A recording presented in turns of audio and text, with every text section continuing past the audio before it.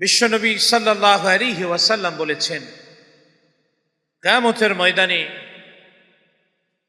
আরশে আজিমের ছায়াতলে যে সমস্ত মানুষ ছায়া পাবে তাদের মধ্যে অন্যতম হল ওই যুবক যে তার যৌবনকে আল্লাহর রাস্তায় ব্যয় করেছে।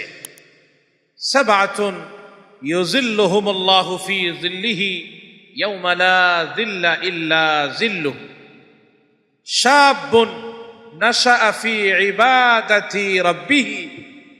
বিশ্বনবী বলেছেন, ওই যুবক যে তার যৌবনকে তার রবের ইবাদতের মধ্যে কাটিয়েছে। কিয়ামতের ময়দানে কঠিন মুসিবতে যে সময় সমস্ত মানুষ পেরেশান থাকবে, প্রতিটা চেহারা ধুলি ধূসর হয়ে যাবে, ধুলি মলিন হয়ে যাবে, যেই সময় পিতা তার সন্তানের পরিচয় দিবে না, যেই সময় সন্তান তার বাবা মার পরিচয় দিবে না, যেই সময় ভাই ভাইয়ের পরিচয় দিবে না, বন্ধু বন্ধুর পরিচয় দিবে না, গর্ভধারিণী মা তার কলিজার টুকরা সন্তানের পরিচয় দিবে না, সন্তানকে দেখে পলায়ন করবে। ইয়াউমা ইয়াফিরুল মারউ মিন আখিহি ওয়া উম্মিহি ওয়া আবিহি ওয়া সাহিবাতিহি ওয়া বানি লিকুল্লি ইমরিইম মিনহুম ইয়াউমা ইযিন শা'নু ইউগনি। এই সময় এই যুবকেরা যারা তাদের জীবনকে রবের ইবাদতে উৎসর্গ করেছে, রবের সন্তুষ্টি অর্জনের জন্য যারা নিজের জীবনটাকে বিলিয়ে দিয়েছে, তারা আল্লাহ পাকের আরশে আজিমের ছায়াতলে ছায়া পাবে। আল্লাহ তাআলা আমাদেরকে কিয়ামতের ময়দানে রবের আরশে আজিমের ছায়াতলে ছায়া দান করুন। প্রিয় আজিজ তলাবা,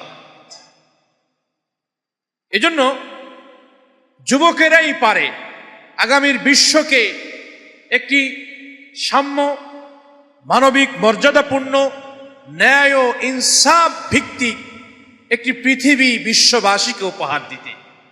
আজকে গোটা পৃথিবীর সমস্ত যুবকেরা যদি হাতে হাত রাখে, সে যেই এলাকার হোক, যেই বর্ণের হোক, যেই রঙের হোক না কেন, যেই ভাষার হোক না কেন, সকলেই যদি ইনসাফের পক্ষে, মানবতার পক্ষে, রবের গোলামির পক্ষে যদি সবাই আজকে হাতে হাত রেখে মুষ্টিবদ্ধ হাতে যদি সকলে এক বাক্যে নারে তাকবীর আল্লাহু আকবার বলে, গোটা পৃথিবী থেকে সমস্ত অন্ধকার আর অমানিসা দূর হয়ে যাবে ইনশাআল্লাহ। এজন্য যুবকের তারুণ্যকে ইসলামের পক্ষে মুহাম্মদুর রাসূলুল্লাহ সাল্লাল্লাহু আলাইহি ওয়াসাল্লামের রেখে যাওয়া আদর্শের উপরে পরিচালিত করতে হবে। এজন্য চাই সুশিক্ষা, এজন্য চাই দ্বীনি শিক্ষা, এজন্য চাই কোরআন ও সুন্নাহের শিক্ষা।